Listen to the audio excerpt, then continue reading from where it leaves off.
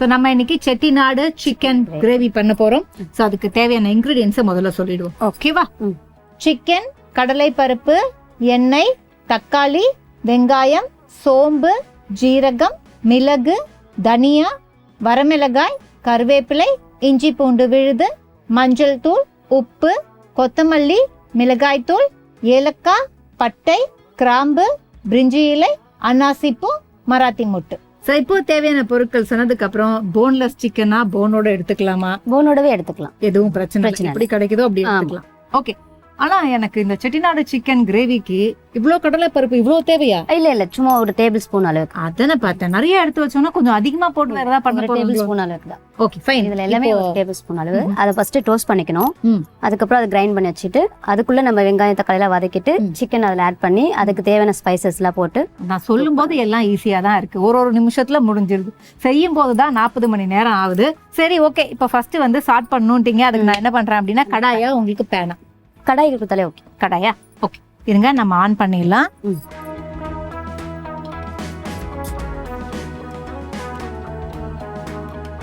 First sim பண்ணிட்டு கடாயை வச்சுட்டு ஆன் பண்ணிடுறேன். அண்ட் கண்டிப்பா வந்து இதை ஆமா ட்ரை ரோஸ்ட் பண்ணா பிரச்சனை இல்லை. அப்பவும் ஒயிட் பண்ணணும். ஆயில் போட்டு நம்ம ஃப்ரை பண்ண போறோம்னா அதுக்கும் நமக்கு வேலை ஜாஸ்தியா இருக்கும். ஓகே கரண்டி எல்லாம் வச்சிடுறேன்ப்பா. நான் இதுக்கு தேவையான இப்போ கடலைப்பருப்பு ஒரு ஸ்பூன் போட்டுக்கிறேன்.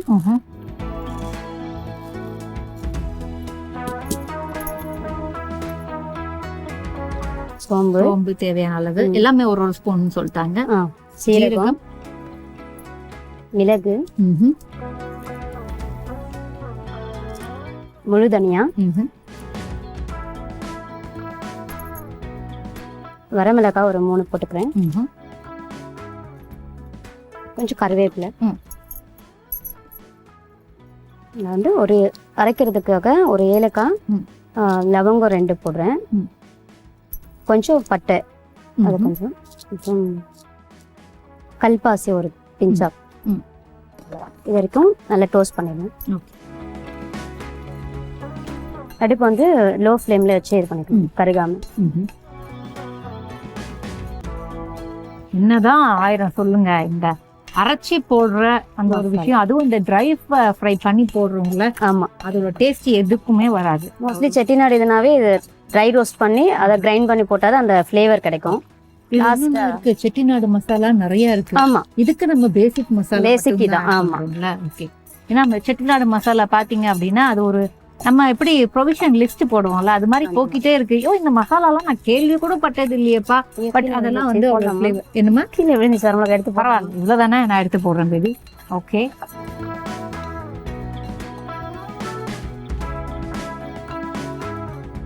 போட்ட உடனே நல்லா வாசனை வர ஆரம்பிச்சிருச்சு.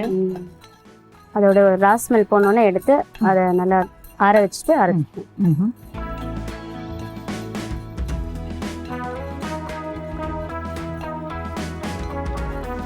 ஆற வச்சு நம்ம பவுடரா அரைக்க போறோம். ஆமா பவுடர்.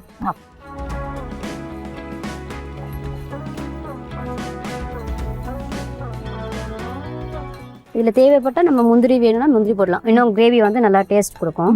இப்போ நான் அதை ஆட் பண்ணுவேன். என்னன்னா சில டைம் முந்திரி போடும்போது நம்ம மசாலாவோட அந்த அதாவது மசாலாக்குன்னு ஒரு டேஸ்ட் இருக்குல்ல, அது வந்து அடிபட்டுடும். சூடா இருக்கு, அதுல போடலாமா? தாராளமா. எல்லாம் வெந்துருச்சு. அப்படி இந்த கரண்டியால ஆமா கொஞ்சம் தள்ளி விட்டுங்க தட்டுல. அப்படியே இதுலயே கண்டினியூ பண்ணலாம். இதுலயே கண்டினியூ பண்ணிக்கலாம். ஃபைன். சூடா இருக்க போது பத்திரம்.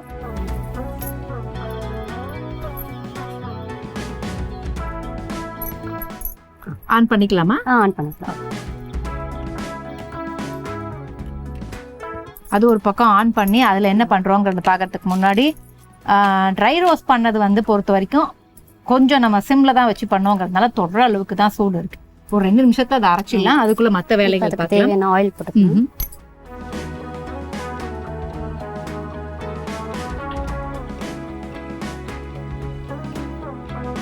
இது நார்மல் ரீஃபைண்ட் ஆயில் தான் இல்லப்பா? ஆமா. எவ்வளவு தேவையோ அவ்வளவு ஆயில் நம்ம எவ்வளவு எடுத்துருக்கோங்க பாத்தீங்கல்ல. இந்த ஆயில் சூடானதுக்கு அப்புறம் மறுபடியும் நமக்கு அதுக்கு தேவையான ஸ்பைசஸ். ஆமா. ஓகே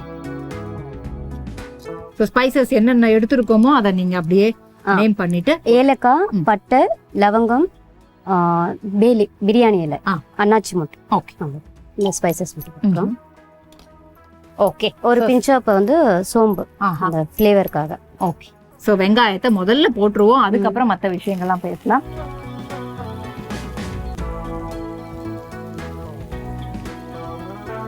ஃபுல் வெங்காயம் நமக்கு தேவைப்படாதா? தேவைப்படாது.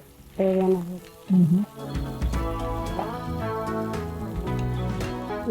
வெங்காயம் வந்து கண்ணாடி பதத்துக்கு வந்தோடனே இஞ்சி பூண்டு பேஸ்ட் ஆட் பண்ணிக்கலாம்.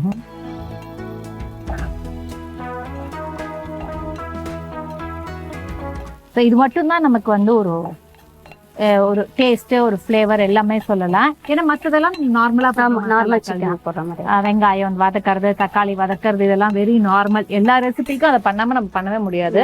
கொஞ்சம் கருவேப்பிலை போட்டுக்கலாம்.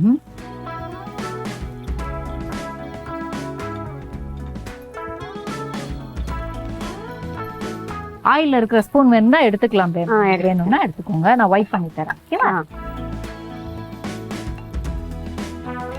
இதை நம்ம அரைச்சிடலாமா மேம்? ஆறி போச்சு. என்ன ஒயிட் பண்ணிக்கோங்க.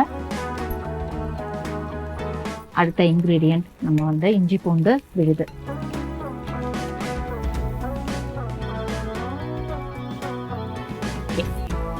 இஞ்சி பூண்டு விழுது போட்டு அது குக்காய் அடுத்த இன்கிரீடியன்ட் ஆட் பண்ற கேப்ல நம்ம ட்ரை பண்ணி வச்சிருக்கிற விஷயங்களை கிரைண்ட் பண்ணிடுவோம். நல்லா ஃபைன் பவுடரா.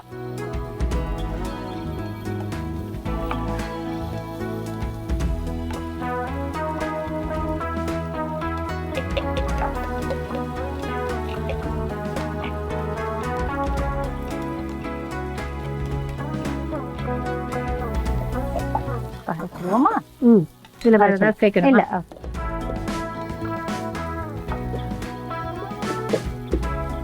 இஞ்சி பூண்டு ஃப்ளேவர் எல்லாம் வந்துச்சு. அதுக்கு தேவையான தக்காளி போட்டு.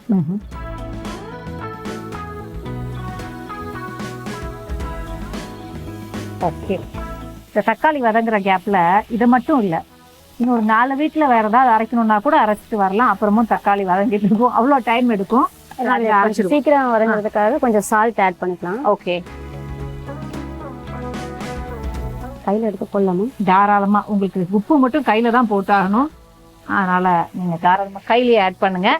இப்ப வேற ஏதாவது போடுறதுக்குள்ள நான் என்ன பண்றேன்னா அரைச்சிட்டு வந்தேன். ஓகே,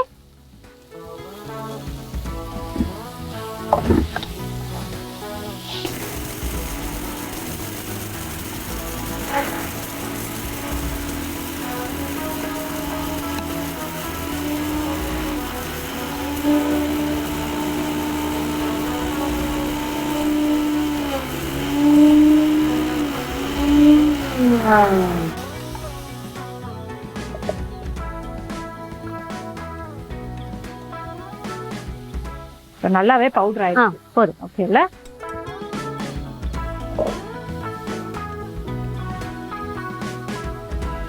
இப்ப இதுல வந்து மஞ்சள் பொடி, மிளகாய் பொடி, சிக்கன் அதெல்லாம் வந்து ஆட் பண்ணி 1/4 ஸ்பூன் அளவுக்கு மஞ்சள் பொடி, மிளகாய் பொடி வந்து தேவைக்கேற்ப. சில பேர் காரமா சாப்பிடுவாங்க. ஏன்னா ஆல்ரெடி அதுல வந்து மிளகு, வரமிளகாய் போட்டிருக்கோம்.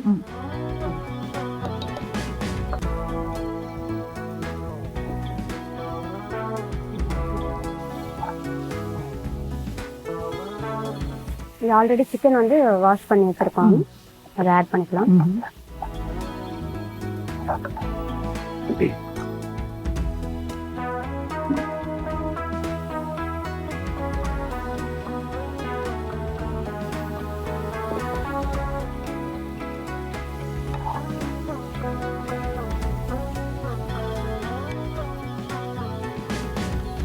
அந்த காரத்தோட சிக்கனை போடும்போது இப்பவே நமக்கு அந்த டேஸ்ட் தெரியும், ஸ்மெல் வரும். ஸ்மெல் அதுக்கப்புறம் இது எப்படி இருக்கும் அப்படின்னா இப்பவே நம்ம அதை ஃபீல் பண்ண ஆரம்பிச்சிடுவோம். சூப்பரா இருக்கும்பா அப்படிங்கிற மாதிரி. ஓகே, ஸோ கிட்டத்தட்ட நம்ம எல்லா இன்கிரீடியன்ஸையும் போட்டு முடிச்சாச்சு. இதுக்கப்புறம் அந்த கிரேவிக்கான தண்ணியை மட்டும் இல்லப்பா? ஆமா, அது ஆஃப் குக் ஆனதுக்கு அப்புறம் நம்ம அரைச்சி வச்ச பொடியை ஆட் பண்ணிக்கலாம். கொத்தமல்லி தூவி இறக்குறது மட்டும்தான் இப்ப இதுக்கப்புறம், அதாவது இன்கிரீடியன்ட் ஆட் பண்ற வேலை. மற்றபடி குக்கிங் டைம் தான் நம்ம கொடுக்க போறோம். ஆமா, இது தண்ணி தேவையான தண்ணி ஜக்ல இருக்குப்பா. தண்ணி மூடி தேவைப்படுமா? ஆமா, சிக்கன் பாயில் ஆகிற அளவுக்கு வாட்டர் தேவையானது. ஒரு ஹாஃப் குக் ஆனதுக்கப்புறம் அந்த அரைச்சி வச்ச பவுடர் போட்டுட்டு அப்புறம் கிரேவி நம்ம எந்த திக்னஸ் வேணுமோ அந்த அளவுக்கு வந்ததுக்கப்புறம் கேஸ் ஆஃப் பண்ணிக்கலாம். ஓகே. ஸோ இப்போ திக்கானதுக்கப்புறம் இந்த பவுடர், அதுக்கப்புறம் நமக்கு கார்னிஷ்க்கு கொரியாண்டர், இதுதான் மட்டும்தான் பாக்கி இருக்கு. திறந்து பார்க்காமே தெரியுது ஆயில் கொஞ்சம் தனியா, சிக்கன் தனியா, கிரேவி கொஞ்சம் கெட்டி ஆயிட்டு இருக்கு அப்படின்னு. இப்போ அதில் நம்ம அரைச்சி வச்சு அந்த பவுடரை கொஞ்சம் ஆட் பண்ணிக்கலாம். ஓகே. ஸோ அந்த பக்கம் தான் இருக்கு ஸ்பூன், மறுபடியும் அந்த பக்கம் வச்சுட்டீங்க. கொடுத்தீங்கன்னா நமக்கு எவ்வளோ தேவையோ நான் போடுறேன். ஓகே.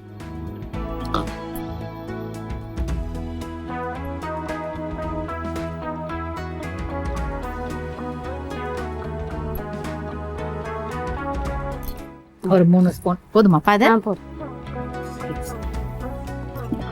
அப்புறம் மறுபடியும் கொதிக்கணும்ல? ஆமா. ஒரு 5 மினிட்ஸ் கொதிச்சா போதும். நமக்கு தேவையான கிரேவி எந்த அளவுக்கு வேணுமோ அந்த அளவு வந்து ஒரு 10 நிமிஷம் கொதியில பாத்தீங்கன்னா ஒரு 5 மினிட்ஸ் கழிச்சு எடுத்துட்டு இப்ப இந்த பவுடர் ஆட் பண்ணிட்டு இன்னொரு 5 மினிட்ஸ் அப்படி கொதிக்கணும். அவ்வளவுதான். எண்ணெய் பிரிஞ்சு வரும்போது ஆஃப் பண்ணிக்கலாம். ஓகே. மறுபடியும் மூடி வைக்க போறோமா? ஆமா. ஃபைன். ஸோ மூடி வச்சுட்டு இன்னொரு 5 மினிட்ஸ் கழிச்சு எடுத்துட்டு நம்ம கொத்தமல்லி தூவி இறக்கிட்டோம் அப்படின்னா இந்த ரெசிபி நமக்கு முடிஞ்சு.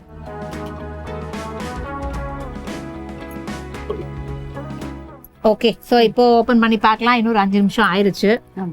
எண்ணெய் பிரிஞ்சு வந்துடுச்சு. இப்போ வந்து தேவையான கொத்தமல்லி போட்டு இறக்கிடலாம். ஓகே.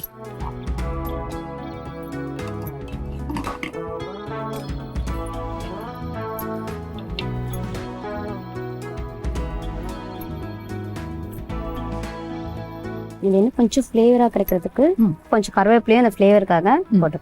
ஓகே. நெய் இல்லை. ஃபைன்.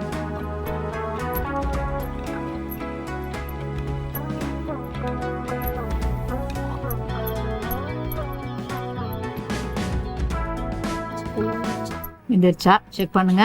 வெந்துருச்சு. ஓகே. சிக்கன் வந்து குக் ஆகணும், ஓவர் குக் ஆகக்கூடாது, டெண்டராகவும் இருக்கணும். ஸோ அதெல்லாம் பார்க்கணும். ஓகே. அவ்வளோதான். ஃபைன். ஆஃப் பண்ணிடுவோம். எடுத்து வச்சிடலாமா? அதுக்கு முன்னாடி இதை க்ளீன் பண்ணிடுவோம். Okay. So Chettinad chicken gravy இப்போ இது ஒரு செமி கிரேவியாக தான் நமக்கு வந்திருக்கு. தேவைப்பட்டா நம்ம கொஞ்சம் வாட்டர் ஆட் பண்ணி கிரேவியா மாத்திக்கலாம். இன்னும் கொஞ்சம் முன்னாடி இருக்குன்னா அது நமக்கு தேவையான அளவுக்கு கிரேவி இருக்கு. ஓகே.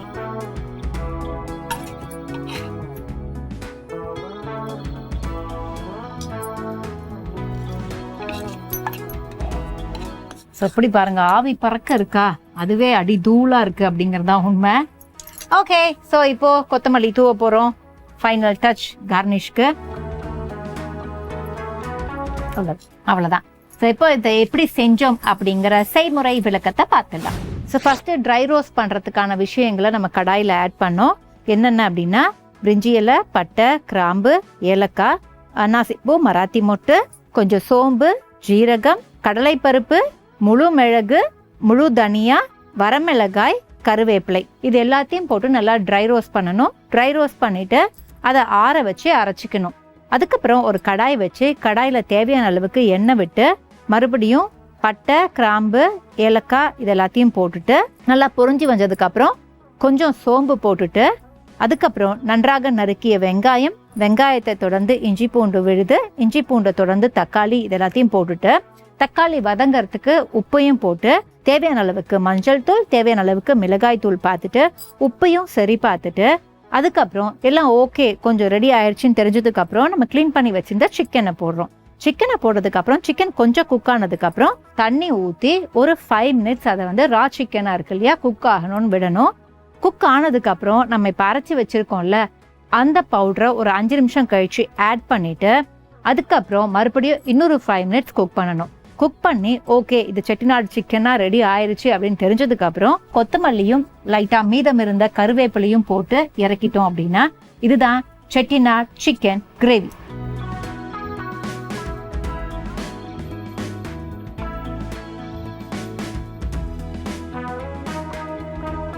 டேஸ்ட் பண்ணலாம். கிரேவி அண்ட் சூடா இருக்கு. ஆமா பயங்கர சூடா இருக்கு. பரவாயில்ல, முடிஞ்ச வரைக்கும் கட் பண்ணி எடுத்துருவோம்.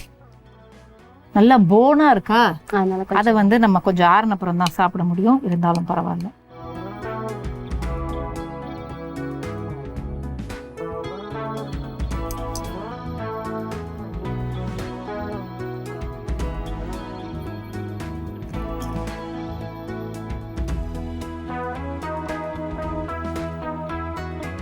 Chettinad chicken gravy. செட்டிநாடு அப்படின்னாலே அவங்க சொன்ன மாதிரி மசாலாவுக்கு ரொம்ப இம்பார்ட்டன்ஸ் கொடுப்பாங்க. அந்த மசாலால தான் வந்து வெஜ்ஜோ நான்வெஜ்ஜோ அவங்கள வந்து 2 ஸ்டைல் இருக்கு. ஒன்று பார்த்தீங்கன்னா அதிகமாக மசாலா போட்டு இந்த கலரில் குக் பண்ணுறது. இன்னொரு ஸ்டைல் பார்த்தீங்கன்னா மசாலாவே இல்லாமல் plain-ஆ. ஒரு பிளைன் ஒயிட் கிரேவிஸ் இருக்கும். ஸோ 2 ஸ்டைலுமே ஃபாலோ பண்ணுவாங்க செட்டிநாட்டில். பட் இவங்க பொறுத்த வரைக்கும் இன்னைக்கு பண்ணதில் எனக்கு தெரிஞ்சு நான் சொல்கிறது, அந்த மசாலா கரெக்டாக இருக்கா, இவங்க போட்ட மசாலால என்ன பெட்டராக குக் பண்ண முடியுமோ அந்த ஃப்ளேவர் அந்த டேஸ்ட் எல்லாமே கரெக்டாக இருக்குது அப்படிங்கிறது தான். அண்ட் இது இந்தியாவின் number 1 dealer Vasanth and co வழங்கும் கிச்சன் கில்லாடிகள். டீம் கிச்சன் கில்லாடிகள் சைனிங் ஆஃப். Take care.